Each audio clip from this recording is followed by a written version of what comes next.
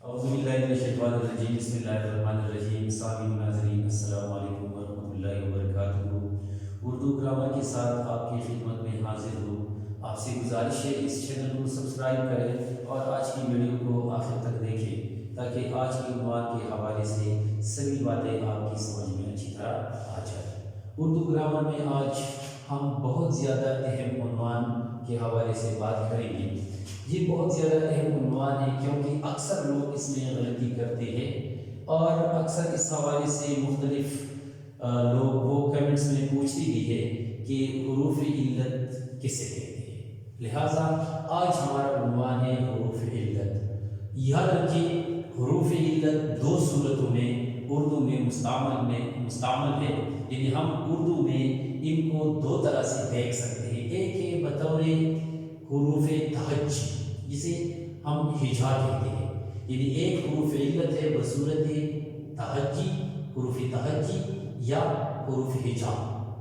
تو حروف ہجا کے بارے میں آپ اچھی طرح جانتے ہیں کہ جو ہماری مفرد آوازوں اور نشانات کو ظاہر کرنے والی علامات ہیں یا نشانات ہیں تو وہ حروف علت حروف تہجی ہے، جیسے الف بے تے تے بے وغیرہ وغیرہ، یہ حروف تہجی ہے۔ اور ایک ہے بصورت کلمہ۔ تو کلمہ کے بارے میں بھی آپ جانتے ہیں کہ جس طرح آپ کو معلوم ہے کہ حرف جب آپس میں مل جاتی ہے تو ان سے لفظ بنتا ہے۔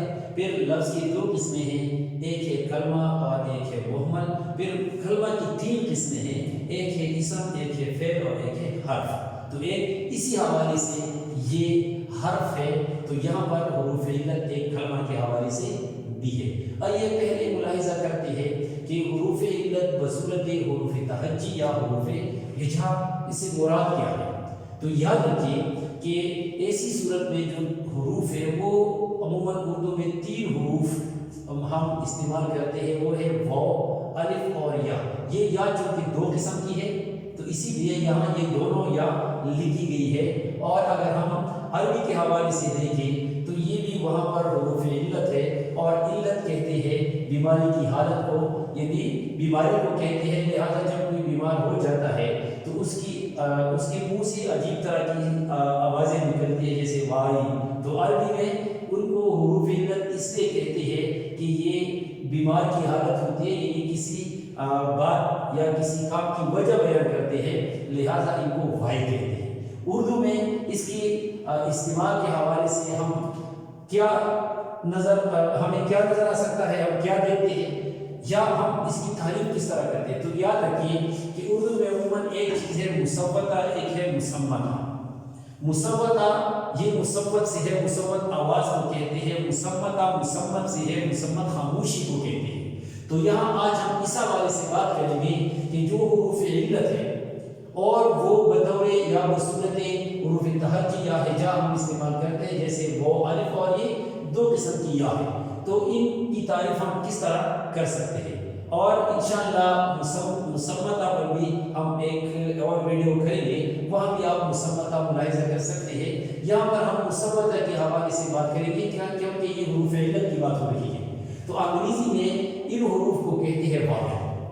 آپ کو معلوم ہے کہ انگریزی میں واویل کی کیا حیثیت ہے، لہٰذا آئیے اس کی تعریف جانتے ہیں کہ حروف علت بصورت حروف تہجی یا ہجا کی تعریف کیا ہے۔ اگر کوئی آواز منہ کی اندرونی شکل میں تغیر و تبدل دونوں کے معنی ہے تبدیلی کرنا، اور زبان کو مختلف حالتوں میں استعمال کر کے اس طرح ادا کی جائے کہ آواز میں رکے بغیر آئے، آواز منہ میں رکے بغیر آئے، تو اس کلامی آواز کو مصوتہ کہتے ہیں۔ مصوتہ کی تعریف کیا ہو گئی؟ یہ انتہائی مشکل بات ہے، اکثر لوگ اس میں غلطی کرتے ہیں کہ مصوتہ کیا اردو میں واول نہیں ہے، کیوں نہیں ہے، اور ان کی تعریف اردو میں کیا ہے۔ تو یہاں آپ ملاحظہ کر سکتے ہیں کہ اگر کوئی آواز منہ کی اندرونی شکل میں تغیر و تبدل اور زبان کو مختلف حالتوں میں استعمال کر کے اس طرح ادا کی جائے کہ آواز منہ میں رکے بغیر آئے، یعنی کسی رکاوٹ کے بغیر، تو اس کلامی آواز کو، یعنی اس بولنے والی آواز کو یا کلام کی آواز کو مصوتہ کہتے ہیں۔ اور ہماری اردو میں جو حروف علت ہے تو اردو حروف علت تین ہے، وہ جس طرح میں نے آپ سے کہا کہ الف، واو اور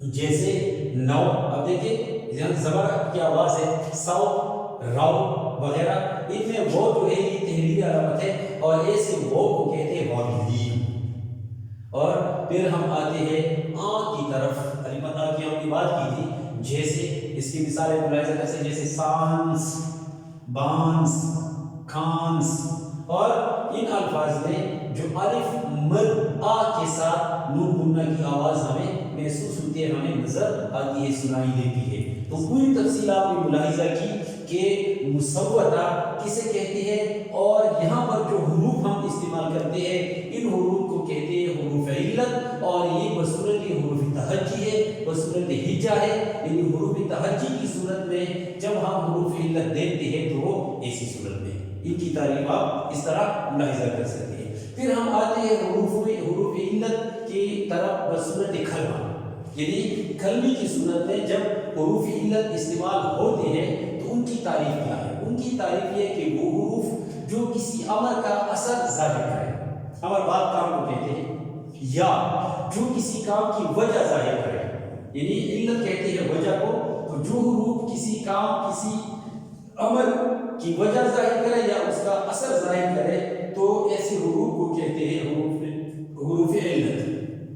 مثلا کیونکہ، اس لیے، لہذا، پس، تاکہ، بئی وجہ، چونکہ، چنانچہ وغیرہ، یہ حروف علت کی مثالیں ہیں یا حروف علت کی قسمیں یا کہہ سکتے ہیں.